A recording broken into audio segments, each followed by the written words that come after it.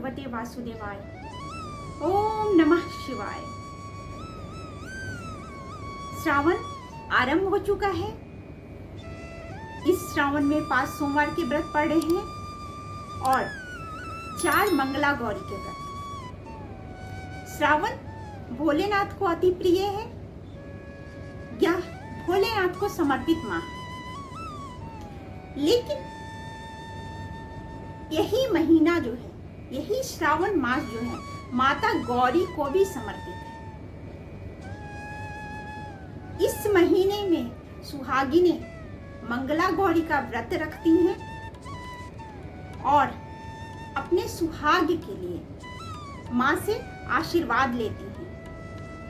मंगला गौरी का व्रत जो है वो श्रावण मास के मंगलवार को पड़ता है। इस श्रावण मास में 4 मंगला गौरी के व्रत पड़ेंगे।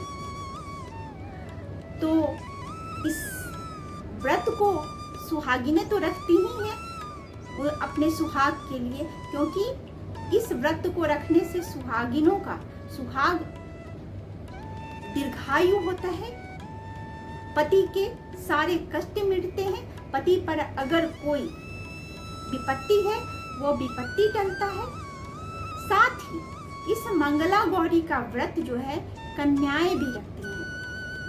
कन्याएं क्यों रखती हैं? तो सुयोग्य वर प्राप्ति के लिए कन्याएं रखती हैं इस व्रत को। या जिस कन्या का विवाह नहीं हो पा रहा है, कई अड़चने आ रही हैं, तो मंगला गौरी का व्रत रखते हैं।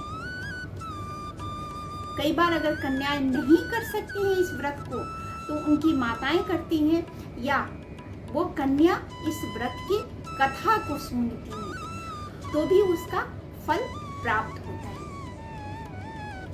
तो क्या है मंगला गौरी का व्रत, कैसे इसे करते हैं और इसकी कथा क्या है, इसे जान लेते हैं। मंगला गौरी का व्रत जैसा बताया कि सुहागिनें अपने सुहाग की रक्षा के लिए, सुहाग के अमिट होने के लिए, सुहाग के अपने सौभाग्य को बढ़ाने के लिए करती हैं।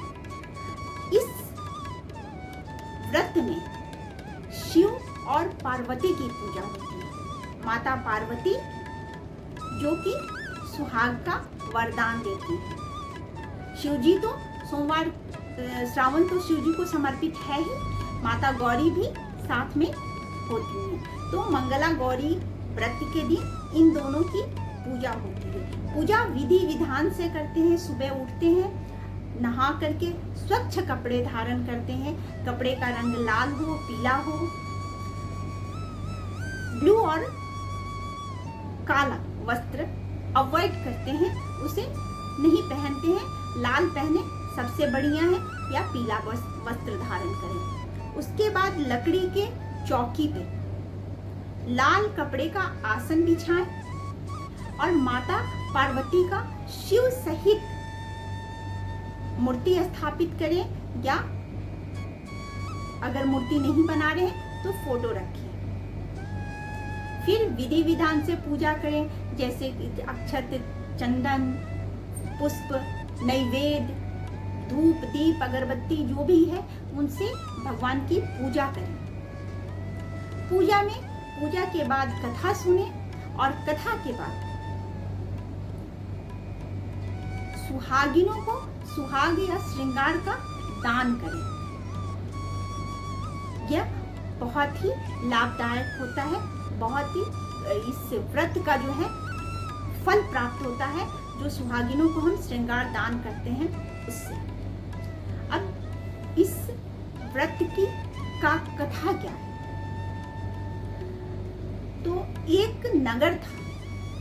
कथा कुछ इस तरह से है कि एक नगर है जहाँ का एक नगर से धर्मपाल है।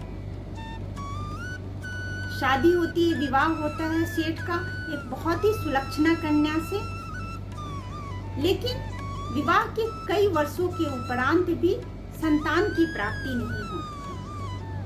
तब सेठ और सेठ की पत्नी जो कि शिव के उपासक होते हैं, वो भोलेनाथ की पूजा करते हैं, भोलेनाथ की प्रार्थना करते हैं और भोलेनाथ प्रसन्न होकर के माता की पूजा होती है, भोलेनाथ की पूजा होती है और दोनों प्रसन्न होकर सेठ को संतान होने का आशीर्वाद देते हैं। समय के बाद, कुछ समय के पश्चात सेठ जी के यहाँ एक पुत्र का जन्म होता है, लेकिन उसका जो कुंडली है, ज्योतिषी जब उसका कुंडली देखते हैं तो कहते हैं कि यह अल्पायु है और 16 वर्ष की अवस्था में इसकी मृत्यु हो जाएगी।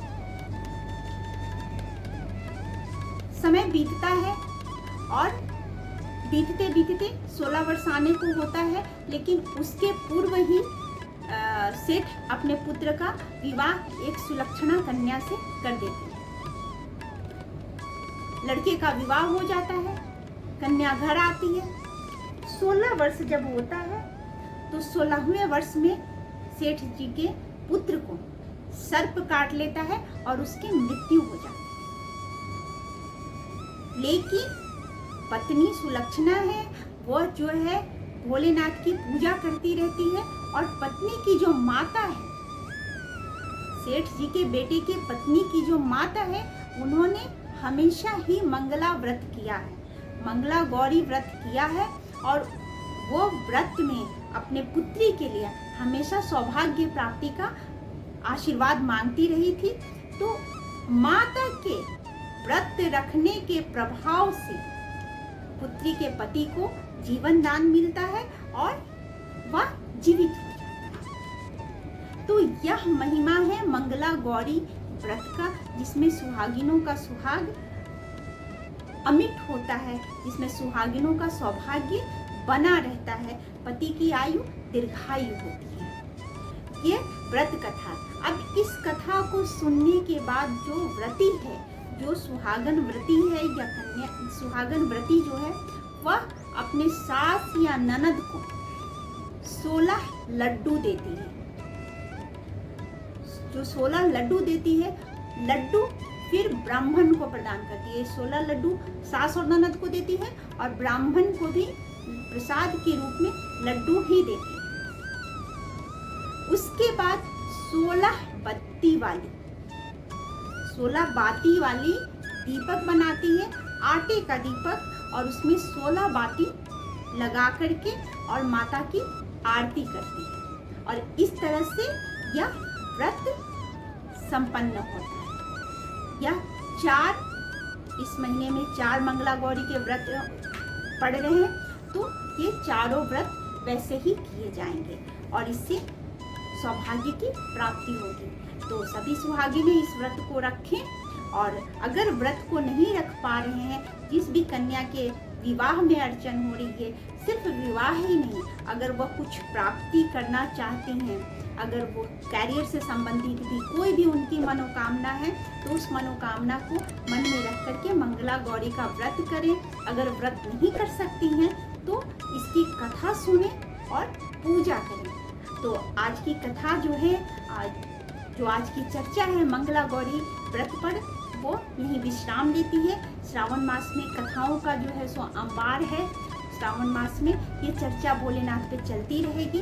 तो आज के लिए विश्राम दीजिए और चैनल को सब्सक्राइब कीजिए, लाइक कीजिए, कमेंट्स कीजिए। ओम नमः शिवाय।